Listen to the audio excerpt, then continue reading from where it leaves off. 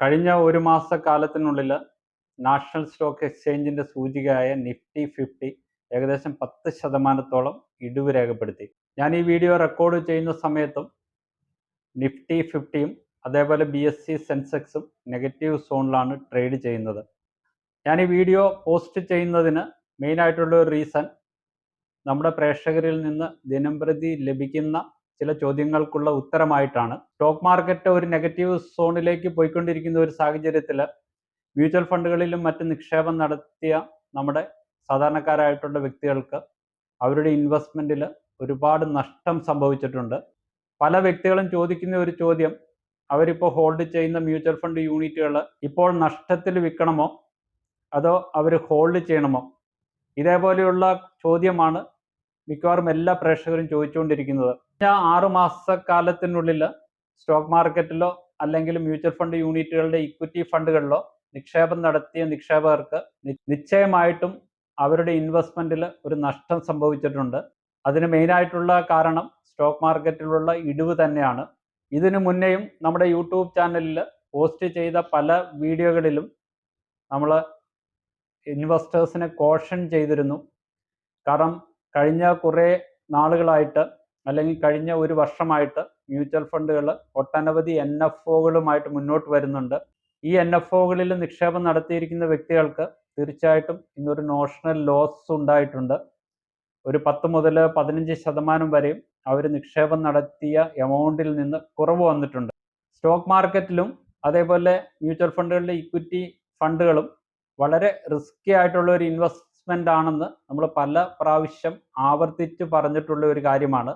അതോടൊപ്പം തന്നെ stock മാർക്കറ്റിലും mutual ഫണ്ടുകളിലും നിക്ഷേപം നടത്തുന്ന വ്യക്തികൾക്ക് ആവശ്യം വേണ്ട ഒരു കാര്യം എന്ന് പറയുന്നത് ക്ഷമയാണ്.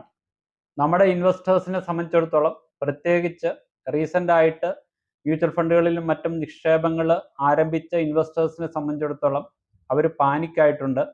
തീർച്ചയായിട്ടും ഫിയർ എന്നുള്ള ഒരു ഫീലിംഗ് അവരെ പിടിപെട്ടിട്ടുണ്ട്. കാരണം അവർക്ക് സ്റ്റോക്ക് മാർക്കറ്റിലോ മ്യൂച്വൽ ഫണ്ടുകളിലോ നിക്ഷേപം നടത്തി എക്സ്പീരിയൻസ് ഇല്ല. അവർ പുതിയ ഇൻവെസ്റ്റേഴ്സാണ്. അവർ നടത്തിയിരിക്കുന്ന നിക്ഷേപത്തിൽ കുറവ് വരുമ്പോൾ നാച്ചുറലായിട്ടും അത് അവരെ മാനസികമായിട്ട് അഫക്റ്റ് ചെയ്യാം, അല്ലെങ്കിൽ അവരുടെ പണം നഷ്ടപ്പെടുന്നു എന്നുള്ളൊരു ഫീലിംഗ് അവർക്കുണ്ടാവാം.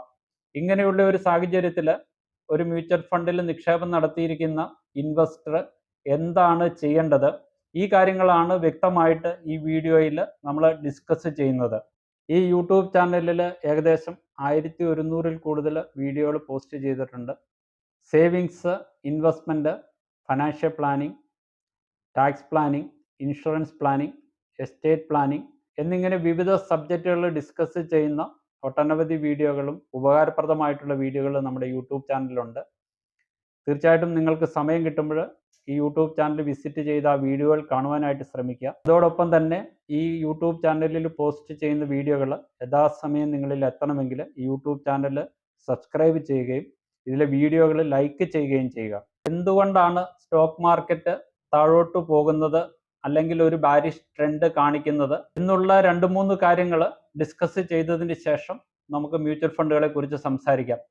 സ്റ്റോക്ക് മാർക്കറ്റ് കഴിഞ്ഞ ഒരു മാസമായിട്ട് ഡൗൺവേർഡ് ട്രെൻഡ് കാണിക്കുന്നതിന് മെയിനായിട്ടുള്ള ഒരു കാര്യം എന്ന് പറഞ്ഞാൽ, ഇന്ത്യയിൽ നിക്ഷേപം നടത്തിയിരിക്കുന്ന ഫോറിൻ ഇൻസ്റ്റിറ്റ്യൂഷണൽ ഇൻവെസ്റ്റേഴ്സ് ഏകദേശം 1 ലക്ഷം കോടി രൂപയിൽ കൂടുതൽ വിലയുള്ള ഷെയറുകളും മറ്റ് സെക്യൂരിറ്റികളും വിറ്റ് മറ്റുള്ള രാജ്യങ്ങളിലേക്ക് നിക്ഷേപത്തിന് വേണ്ടി കൊണ്ടുപോയിരിക്കുന്നു. ഇതിൽ മെയിനായിട്ടുള്ള ഒരു റീസൺ എന്ന് പറയുന്നത് ചൈന റീസെൻ്റ് ആയിട്ട് അനൗൺസ് ചെയ്ത ചില ഉത്തേജന പാക്കേജുകളാണ്.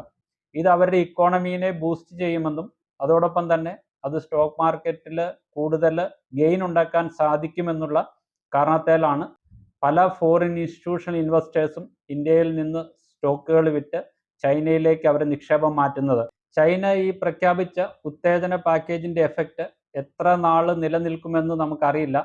കഴിഞ്ഞ കാലങ്ങളിലും ഇതേപോലെ സ്റ്റോക്ക് മാർക്കറ്റിനെ ഇമ്പ്രൂവ് ചെയ്യാനായിട്ടുള്ള നടപടികൾ ചൈന സ്വീകരിച്ചിട്ടുണ്ടെങ്കിലും 1-2 മാസങ്ങൾക്ക് ശേഷം അതിൻ്റെ എഫക്റ്റ് നള്ളാകുകയും ഇന്ത്യയിൽ നിന്നും മറ്റും നിക്ഷേപങ്ങൾ പിൻവലിച്ച ഫോറിൻ ഇൻസ്റ്റിറ്റ്യൂഷൻ ഇൻവെസ്റ്റേഴ്സ് തിരിച്ച് ഇന്ത്യയിലേക്ക് തന്നെ വരുന്ന ഒരു സാഹചര്യവും ഉണ്ടായിട്ടുണ്ട്. നമ്മുടെ ഈ പ്രസൻറ്റ് സിറ്റുവേഷനിലും അതേപോലെയുള്ള കാര്യങ്ങൾ സംഭവിക്കാമെന്ന് ഇതിൽ എക്സ്പേർട്ട് ആയിട്ടുള്ള വ്യക്തികൾ അഭിപ്രായപ്പെടുന്നു. സ്റ്റോക്ക് മാർക്കറ്റ് ഡൗൺവേർഡ് ട്രെൻഡിലേക്ക് പോകുന്നതിനുള്ള മറ്റൊരു മെയിൻ ആയിട്ടുള്ള കാര്യം എന്ന് പറയുന്നത് കമ്പനികൾ ഈ റീസെൻ്റ് ആയിട്ട് അനൗൺസ് ചെയ്ത ക്വാർട്ടർലി റിപ്പോർട്ടാണ്. പല കമ്പനികളുടെയും ക്വാർട്ടർലി റിസൾട്ട് എക്സ്പെക്റ്റേഷൻ ഒത്തു വന്നിട്ടില്ല. അതും മാർക്കറ്റിൻ്റെ ഇടിവിന് ഒരു പ്രധാനമായിട്ടുള്ളൊരു കാരണമാണ്. US എലക്ഷൻ കഴിഞ്ഞു, ട്രംപ് അവിടെ പ്രസിഡന്റ് ആണെന്ന് ഓൾമോസ്റ്റ് ഷുവർ ആയിട്ടുണ്ട്. അപ്പം അദ്ദേഹം പ്രസിഡൻ്റായിട്ട് വരുമ്പോൾ വരുന്ന മാറ്റങ്ങൾ, അതേപോലെ എക്സ്പോർട്ട് ഇമ്പോർട്ട് താരിഫുകളിലൊക്കെ വരുന്ന മാറ്റങ്ങൾ, ഈ കാര്യങ്ങളൊക്കെ എങ്ങനെയാണ് പുതിയ ഭരണകൂടം ഇംപ്ലിമെൻറ്റ് ചെയ്യുക എന്നുള്ളതിൽ അവ്യക്തതയുണ്ട്. ഇതും നമ്മുടെ സ്റ്റോക്ക് മാർക്കറ്റ് കുറയുവാനായിട്ടുള്ള ഒരു കാരണമാണ്. അതേപോലെ തന്നെ മിഡിൽ ഈസ്റ്റിലുള്ള ക്രൈസിസ്, ഇസ്രയേലും പാലസ്തീനും ഇറാനും തമ്മിലുള്ള പ്രശ്നങ്ങൾ, റഷ്യയും ഉക്രൈനും തമ്മിലുള്ള പ്രശ്നങ്ങൾ, ഇതൊക്കെയും ഇപ്പോഴും മാർക്കറ്റിനെ ഒരു എക്സ്റ്റെൻഡ് വരെയും നെഗറ്റീവായിട്ട് ഇമ്പാക്റ്റ് ചെയ്യുന്ന കാര്യങ്ങളാണ്. കഴിഞ്ഞ ദിവസം പ്രഖ്യാപിച്ച കൺസ്യൂമർ പ്രൈസ് ഇൻഡെക്സിലുള്ള ഇൻഫ്ലേഷൻ, അതോടൊപ്പം തന്നെ US ഡോളർ ശക്തി പ്രാപിക്കുകയും ഇന്ത്യൻ റുപ്പിയുമായിട്ടുള്ള വിനിമയ നിരക്ക് 84 രൂപയിൽ കൂടുതലാകുകയും ചെയ്തിട്ടുണ്ട്. ഇതൊക്കെയാണ് മെയിനായിട്ടും നമ്മുടെ സ്റ്റോക്ക് മാർക്കറ്റിനെ നെഗറ്റീവായിട്ട് ഇമ്പാക്റ്റ് ചെയ്ത കാര്യങ്ങൾ. എന്നാൽ ഇന്ത്യയെ സംബന്ധിച്ചിടത്തോളം ഇന്ത്യയുടെ ലോങ് ടൈമിലേക്കുള്ള ഗ്രോത്ത് സ്റ്റോറി ഇപ്പോഴും അതേപോലെ തന്നെ കണ്ടിന്യൂ ചെയ്യുന്നു. ടെമ്പററി ആയിട്ടുള്ള ഇതേപോലെ ചില കാരണങ്ങളാലാണ് സ്റ്റോക്ക് മാർക്കറ്റ് ഡൗൺ ആയിരിക്കുന്നത്. ഇന്ത്യയുടെ GDP ഗ്രോത്ത് മറ്റുള്ള രാജ്യങ്ങളെ കമ്പയർ ചെയ്യുമ്പോൾ വളരെ കൂടുതലാണ്. ലോകത്തിലുള്ള മറ്റ് രാജ്യങ്ങളെ കമ്പയർ ചെയ്യുമ്പോൾ ഏറ്റവും ഫാസ്റ്റായിട്ട് ഗ്രോ ചെയ്യുന്ന ഒരു രാജ്യം ഇപ്പോഴും ഇന്ത്യ തന്നെയാണ്. ഗവൺമെൻറ് നടപ്പാക്കിയിട്ടുള്ള പല ഡെവലപ്മെൻറ്റ് സ്കീമുകളും, എസ്പെഷ്യലി ഇൻഫ്രാസ്ട്രക്ചർ ഡെവലപ്മെൻറ്റിന് വേണ്ടിയിട്ട് ഗവൺമെൻറ് ഓഫ് ഇന്ത്യ ചെയ്യുന്ന ഇനീഷ്യേറ്റീവ്സും എല്ലാം വരും കാലങ്ങളിൽ നമ്മുടെ ഇന്ത്യൻ ഇക്കോണമിയെ ബൂസ്റ്റ് ചെയ്യുകയും അതിന് അനുബന്ധമായിട്ട് നമ്മുടെ സ്റ്റോക്ക് മാർക്കറ്റിൽ കൂടുതൽ ഡെവലപ്മെൻറ്റുകൾ ഉണ്ടാകുകയും സ്റ്റോക്ക് മാർക്കറ്റിലോ മ്യൂച്വൽ ഫണ്ടുകളിലോ നിക്ഷേപം നടത്തിയിരിക്കുന്ന വ്യക്തികൾക്ക് കൂടുതൽ ഗെയിന് ലഭിക്കുവാനുമായിട്ടുള്ള ചാൻസുകളുണ്ട്. അതാണ് സ്റ്റോക്ക് മാർക്കറ്റിലുള്ള ഇൻവെസ്റ്റ്മെൻറ്റിൽ അല്ലെങ്കിൽ ഇക്വിറ്റി മ്യൂച്വൽ ഫണ്ടുകളിൽ ഇൻവെസ്റ്റ്മെൻറ്റ് നടത്തുന്നവർ ഏറ്റവും അറിഞ്ഞിരിക്കേണ്ട 1-2 കാര്യങ്ങൾ എന്ന് പറയുന്നത്, നിങ്ങളൊരു ലോങ് ടൈം ഇൻവെസ്റ്റർ ആയിരിക്കണം. അതോടൊപ്പം തന്നെ സ്റ്റോക്ക് മാർക്കറ്റിലും മ്യൂച്വൽ ഫണ്ടുകളിലും നിക്ഷേപം നടത്തുമ്പോൾ നിങ്ങൾക്ക് ക്ഷമ വേണം. ഹ്രസ്വകാലങ്ങളിൽ ഇതേപോലെ സ്റ്റോക്ക് മാർക്കറ്റിൽ ഇടിവുകൾ സംഭവിച്ചുകൊണ്ടിരിക്കും. ഇത് വർഷങ്ങളായിട്ട് തുടർന്നുകൊണ്ടിരിക്കുന്ന ഒരു സംഗതിയാണ്. 1, 2, 3 മാസം ഇതേപോലെയുള്ള സ്റ്റോക്ക് മാർക്കറ്റിൽ ഇടിവുകൾ സംഭവിച്ചുകൊണ്ടിരിക്കാം. അതിനുശേഷം കാര്യങ്ങളെല്ലാം സെറ്റിലാകുമ്പോൾ ഇത് ഈ സ്റ്റോക്ക് മാർക്കറ്റ് അല്ലെങ്കിൽ വിപണി തിരിച്ചു വരാനായിട്ടുള്ള എല്ലാ പോസിബിലിറ്റീസും ഉണ്ട് എന്നാണ് ഇതിൽ വിദഗ്ധരായ ആളുകൾ അഭിപ്രായപ്പെടുന്നത്.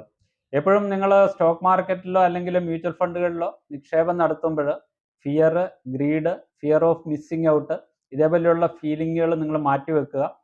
ഫിയർ എന്ന് പറയുന്ന ഒരു വികാരം നിങ്ങളെ പിടിപെട്ട് കഴിഞ്ഞാൽ തീർച്ചയായിട്ടും നിങ്ങൾ ഹോൾഡ് ചെയ്യുന്ന സ്റ്റോക്കുകളോ അല്ലെങ്കിൽ മ്യൂച്വൽ ഫണ്ട് യൂണിറ്റുകളോ നഷ്ടത്തിൽ വിൽക്കുവാനും അതോടൊപ്പം തന്നെ നിങ്ങൾക്ക് ഭീമമായ നഷ്ടമുണ്ടാകുവാനും സാധ്യതയുണ്ട്. അങ്ങനെയുള്ള വികാരങ്ങളെ മാറ്റിവെച്ചിട്ട് നിങ്ങളൊരു ലോങ് ടൈം ഇൻവെസ്റ്റർ ആകുക. അതോടൊപ്പം തന്നെ ക്ഷമയും പരിശീലിക്കുക. നമ്മൾക്ക് ആർക്കും മാർക്കറ്റിനെ ടൈം ചെയ്യാനായിട്ട് സാധിക്കില്ല. മാർക്കറ്റിൽ നാളെ എന്താണ് സംഭവിക്കുന്നത് എന്നുള്ള കാര്യങ്ങളെക്കുറിച്ച് വ്യക്തമായിട്ടും ആർക്കും പ്രെഡിക്റ്റ് ചെയ്യാനായിട്ട് സാധിക്കില്ല. മാർക്കറ്റ് ഇങ്ങനെയാണ്, വർഷങ്ങളായിട്ട് മാർക്കറ്റ് പ്രവർത്തിക്കുന്നത് ഇങ്ങനെയാണ്. ഒരാഴ്ചയ്ക്ക് ശേഷം മാർക്കറ്റ് റിക്കവർ ചെയ്യുമോ, അല്ല എങ്കിൽ ഒരു 10% കൂടി നമ്മുടെ നിഫ്റ്റിയിലോ ഇൻഡെക്സിലോ കുറവ് വരുമോ, ഈ കാര്യങ്ങളെല്ലാം നമുക്ക് വ്യക്തമായിട്ട് പ്രെഡിക്റ്റ് ചെയ്യാനായിട്ട് സാധ്യമല്ല. പക്ഷേ ഈ വിപണിയിൽ എക്സ്പേർട്ട് ആയിട്ടുള്ള വ്യക്തികൾ അഭിപ്രായപ്പെടുന്നത് കുറച്ചുകൂടി കറക്ഷൻസ് ഈ വിപണിയിൽ സാധ്യമാണ്. വേണമെങ്കിൽ 5 മുതൽ 10% വരെയും കറക്ഷൻസ് ഇനിയും വിപണിയിൽ സംഭവിക്കാമെന്ന് ഇതിൽ വിദഗ്ധരായിട്ടുള്ള ആളുകൾ അഭിപ്രായപ്പെടുന്നുണ്ട്. മാർക്കറ്റിൽ വരുന്ന തിരുത്തലുകളോ സാങ്കേതിക തിരുത്തലുകളോ അല്ലെങ്കിൽ മറ്റേതെങ്കിലും കാരണങ്ങളാൽ ഉണ്ടാകുന്ന കുറവുകളോ തീർച്ചയായിട്ടും ഷോർട്ട് ടൈമിലേക്ക് ഉള്ള ഒരു സംഗതിയാണെന്നുള്ള കാര്യം മനസ്സിലാക്കുക. നിങ്ങളൊരു ലോങ് ടൈം ഇൻവെസ്റ്റർ ആകുക. നിങ്ങളൊരു മ്യൂച്വൽ ഫണ്ട് നിക്ഷേപകനാണ്. മ്യൂച്വൽ ഫണ്ടിൽ നിന്ന് പണം എപ്പോൾ നമ്മൾ വിഡ്രോ ചെയ്യണം, ആ കാര്യങ്ങളെക്കുറിച്ചാണ് നമ്മൾ സംസാരിച്ചുകൊണ്ടിരിക്കുന്നത്. ഇതിൽ മുഖ്യമായിട്ടുള്ള ഒരു കാര്യം എന്ന് പറയുന്നത് നിങ്ങൾ ഇൻവെസ്റ്റ് ചെയ്ത ഫണ്ടിൻ്റെ പെർഫോമൻസ് ആണ്.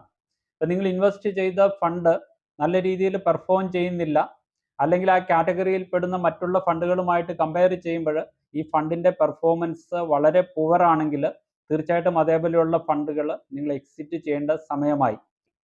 പല ഫണ്ടുകളും ഷോർട്ട് ടൈമിൽ ഇതേപോലെ പുവറായിട്ടുള്ള ഒരു പെർഫോമൻസ് കാണിക്കുമെങ്കിലും ലോങ് ടൈമിലേക്ക് പല ഫണ്ടുകൾക്കും നല്ല പെർഫോമൻസ് നൽകാനായിട്ട് സാധിക്കും. ഇതിൻ്റെ പുവർ പെർഫോമൻസിന് ബേസ് ചെയ്ത് നിങ്ങൾ ആ ഫണ്ടിൽ നിന്ന് എക്സിറ്റ് ചെയ്യുന്നതിന് മുന്നേ തീർച്ചയായിട്ടും എന്തുകൊണ്ടാണ് ആ ഫണ്ട് പെർഫോം ചെയ്യാത്ത എന്നുള്ള കാര്യങ്ങൾ നിങ്ങൾ അനലൈസ് ചെയ്യേണ്ട ആവശ്യമുണ്ട്.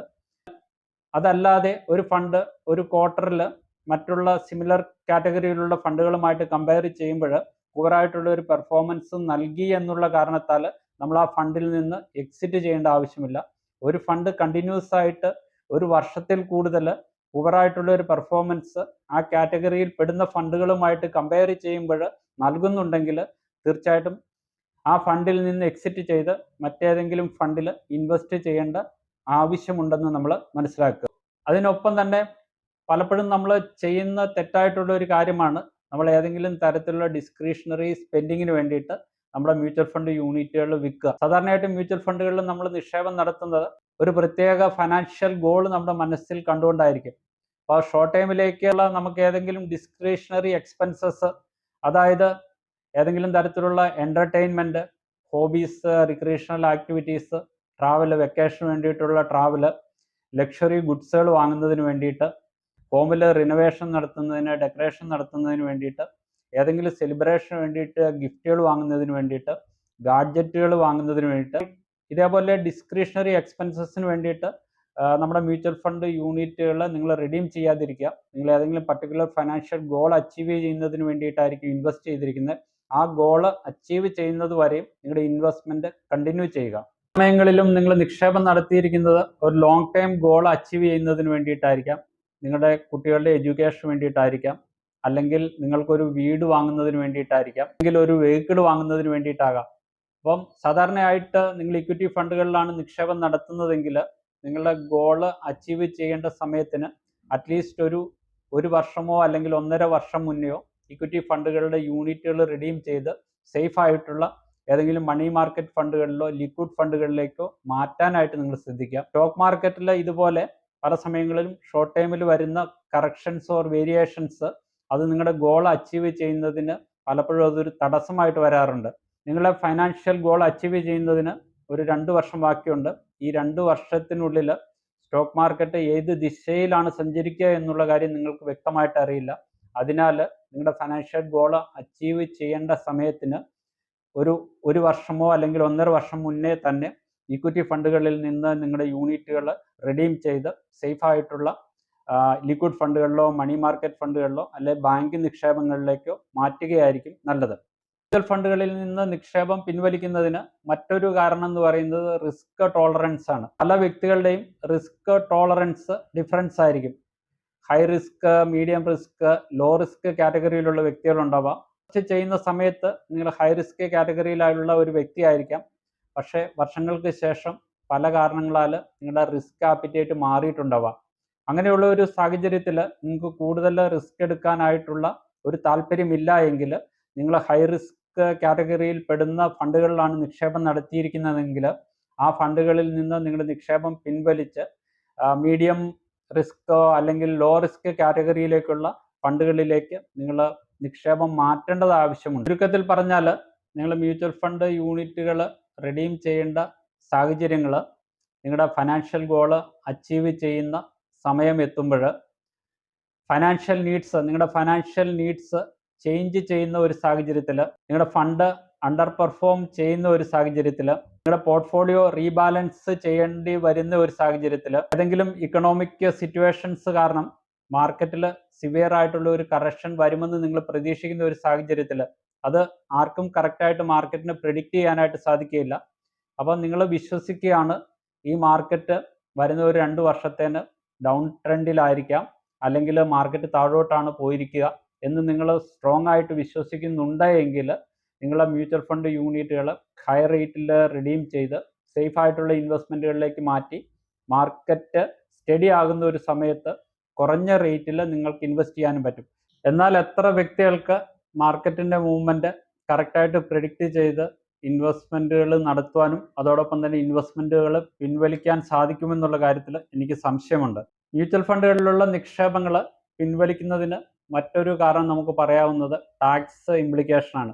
ഉദാഹരണമായിട്ട് പറഞ്ഞാൽ മ്യൂച്വൽ ഫണ്ടുകളിലും ഷെയർ മാർക്കറ്റുകളിലും നിക്ഷേപം നടത്തിയിരിക്കുന്ന വ്യക്തികൾ ഒരു വർഷത്തിൽ അവർക്കുണ്ടാകുന്ന ലോങ് ടൈം ക്യാപിറ്റൽ ഗെയിന് 1,25,000 രൂപ വരെയും ടാക്സ് കൊടുക്കേണ്ട ആവശ്യമില്ല.